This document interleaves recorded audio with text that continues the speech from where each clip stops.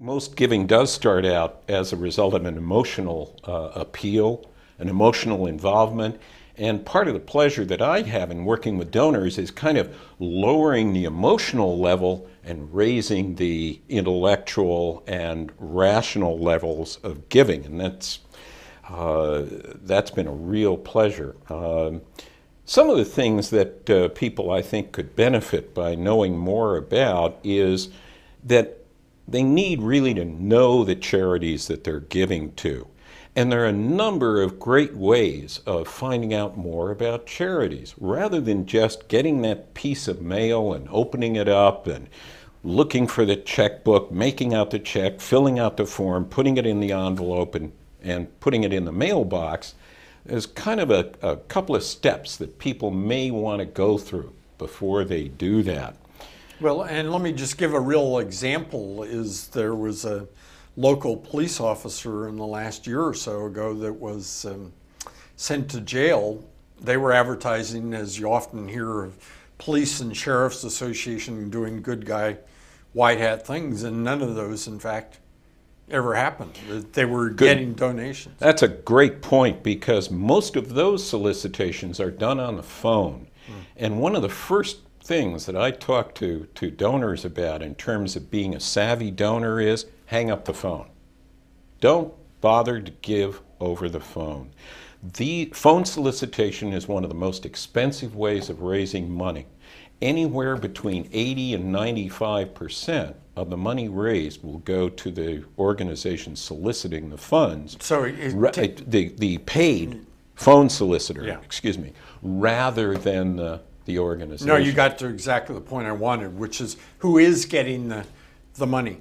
If you give $1 over the phone, what is likely to be the split of the money between the solicitor and maybe his manager in the organization, and actually getting some money out to help whatever good cause it sounds like? 85% will probably wind up, or more, with the company doing the phone solicitation, and 15% will go to the organization sponsoring it.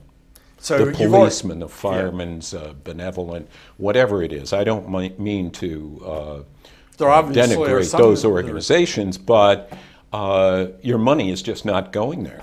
Yeah, because to get people door to door, it's very expensive. So I want to hit that one, as you might guess, because just your discussion has reminded me that we also have mail solicitations, which you mentioned in your pitch. We talked about the phone.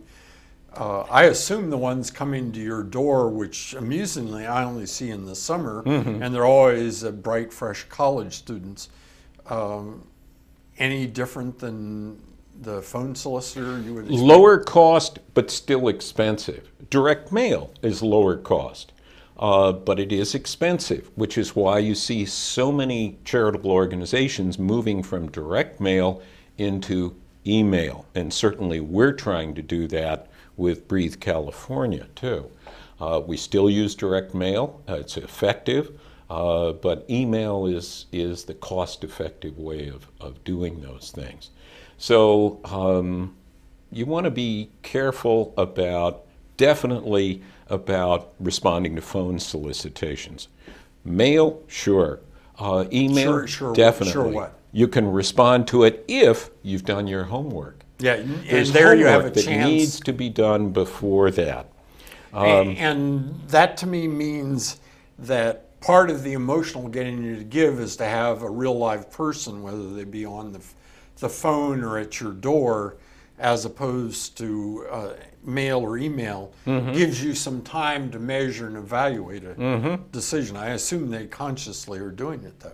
Well, yes, absolutely. When you have a person either on the phone or you're on the doorstep, the emotion is going to be up here. The rationality of the decision is going to be down here somewhere. The sales pressure is going to be up here. The thought processes are going to be down here. And that's to some degree what they depend upon. So kind of, particularly with phone, be a little be careful, not a little careful, careful, really careful. And what are the kind of things that we need to worry about there? I mean, it seems to me that there's a tendency to emotionally try to sell you on the phone, and they're not long on identifying who the donor, the recipient is. You want to be very careful when you're giving, that you know the name of the organization it's there, and that organization, that you know something about it. There's so many organizations out there that have sound-alike names. Are you really giving to the Heart Association, or somebody somebody who's taken heart and just put it into a long phrase, or cancer or something like that? Because so many organizations depend upon lack of clarity in terms of their fundraising. So find out, make sure you know that the money is going where you think it's going. You want to be sure too that the organization that you're giving to is a 501c3 organization, because that's how you can deduct that, is if it's going to a nonprofit. So explain that a little bit. You know, for example, I used to be on the board of a charity, the Sierra Club, and I think they're a wonderful organization to give to, but they're not a 501c3. So what does that term mean? There are other organizations than 501c3s, but generally speaking, a 501c3 organization is a nonprofit organization, donations to which you are entitled to deduct. Yeah. So, and this is a real critical factor, which is part of your savvy, your smart thinking, is to make donations where you can reduce the amount of taxes. Absolutely. Another thing you want to be really sure about is the organization that you're contributing to, are they going to guard your name? Are they going to protect your privacy? Do you have donor rights? Are they protecting those donor rights?